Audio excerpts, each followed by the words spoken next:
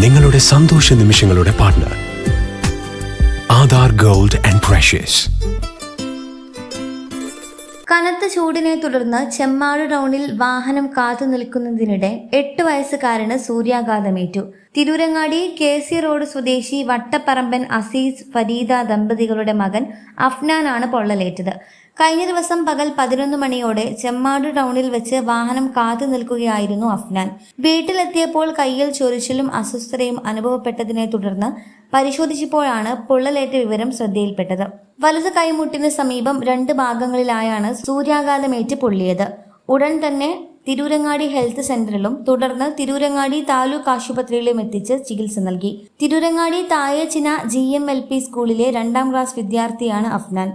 ജില്ലയിൽ ചൂട് ക്രമാതീതമായി വർദ്ധിച്ചു വരുന്ന സാഹചര്യത്തിൽ ഉച്ചസമയങ്ങളിൽ കുട്ടികളെ വെയിലത്ത് നിർത്തുന്നത് ഒഴിവാക്കണമെന്ന് ആരോഗ്യവകുപ്പ് നിർദ്ദേശിച്ചു. രാവിലെ 11 മണി മുതൽ വൈകിട്ട് 3 മണി വരെയുള്ള സമയങ്ങളിൽ നേരിട്ട് വെയിൽ ഏൽക്കാതിരിക്കാൻ പൊതുജനങ്ങൾ പ്രത്യേകം ശ്രദ്ധിക്കണമെന്നും അധികൃതർ മുന്നറിയിപ്പ് നൽകി. MT news Tirurangadi.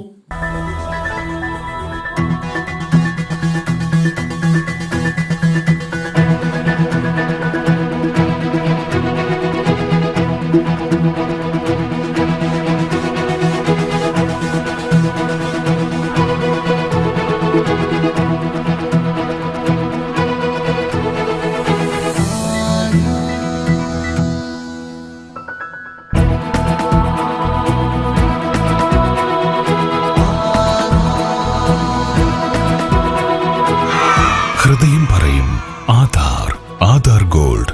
കൊണ്ടോട്ടി, പേരാമ്പ്ര, മഞ്ചേരി, ചെമ്മാട്.